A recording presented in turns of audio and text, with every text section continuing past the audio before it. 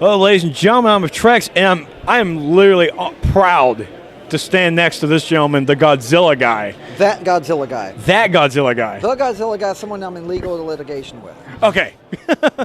Sir, it was great. It's finally great to meet you. I know you were actually at Heroes and Dragons last year for Free Comic Day, were you not? That is correct, sir. Yeah, wasn't able to grab you there because, of course, it was a really busy day for Free Comic Day for all together. But so what actually got you into the love of Godzilla? Well, my parents took me to Godzilla movies when I was younger, and when I was at Dutch Square Theater when it was still standing. Wow. They took me to a Saturday matinee, the first one ever by myself, for Godzilla versus the Smog Monster.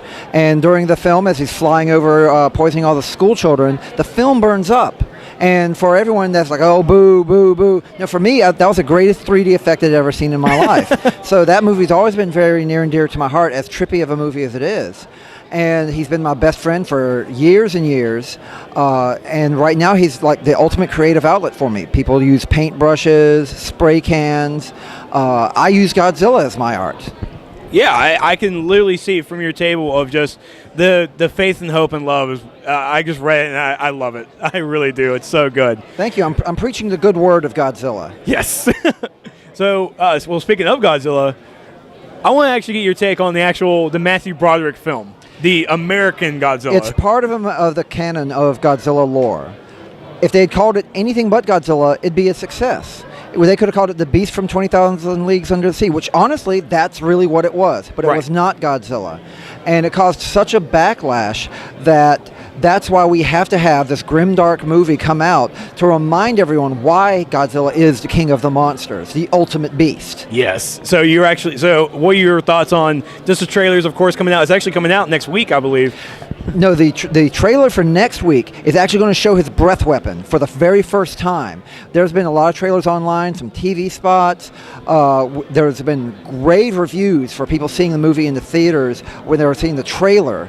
And I think that this is going to be something that puts Godzilla back into the American consciousness. I've been here by myself with a couple other artists holding the flame aloft, keeping the enthusiasm going. But this is going to get all these kids to go, wow, I want to find out more about this. So now with this Godzilla movie, they've actually hinted that it's not just Godzilla in this movie. It's actually another beast. Two more beasts. Two more monsters, including Godzilla.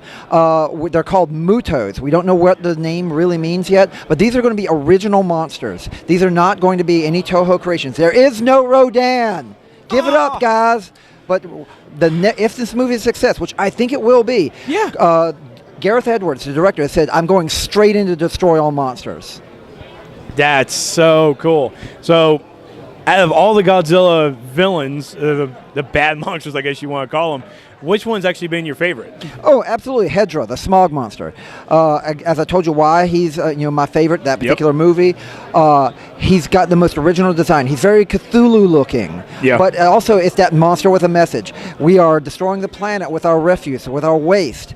And Hedorah represents, we need to take care of this planet or Godzilla will stomp us. Yeah, I've actually liked every incarnation of Mechagodzilla. It's not my favorite because my favorite's actually King Hydra. Mm-hmm. I believe my favorite one's actually Mecha King Hydra. Just the whole robot look to him is like, I already like the three-headed dragon. Now he has robot parts. I'm even more heaven. That's right. It's the ultimate kid's toy right there. Yes, it is. So if they do come out with the Godzilla sequel, since sadly enough, it's not going to be any of the other monsters that we like. I mean, off the top of your head, what would you actually create for a monster if you had a chance? I would say they need to be relevant. Hedra, obviously. You can't look at the BP oil spills and Exxon Valdez and not think Hedra. You can't look at space aliens and not think about people coming into our country illegally, which is one of the things that we're trying to fix. Naturalization. Yeah. Think about all the ills that make Americans scared. A monster isn't just something that comes in and knocks over buildings. It's something that invades and changes your life. So we need the alien monsters. We need the trash monsters. Who can't look at the military-industrial complex and not look at what Mechagodzilla represents? That's true. All these things, they have to be the sins of mankind. And honestly, I think they ought to do something they've never done. They talk about how King Kong is, the man's shame. They sometimes it's seen as representing the black man in slavery, and I totally agree with that. But they need to be doing one for Native Americans. What a monster that says you have ruined us to extinction. Here is God's vengeance, because that's what these monsters are. They are God's right hand of vengeance. I love this man. My Godzilla mind just blew. Well, that Godzilla guy, thank you so much for talking to me, sir. Thank you, sir. Thank you so much. We'll have your information in the description below the video. And, guys, check his stuff out. You going to be at HeroesCon this year? I won't be at HeroesCon, but I will be at NashiCon, Wizard World Atlanta, and you can always check my Facey Space page just to find out. I did not know Wizard World Atlanta was a thing. I did not know. I'm quite happy now. And we are preaching Godzilla's good word, so I want to say to everyone out there, peace, love, and Godzilla.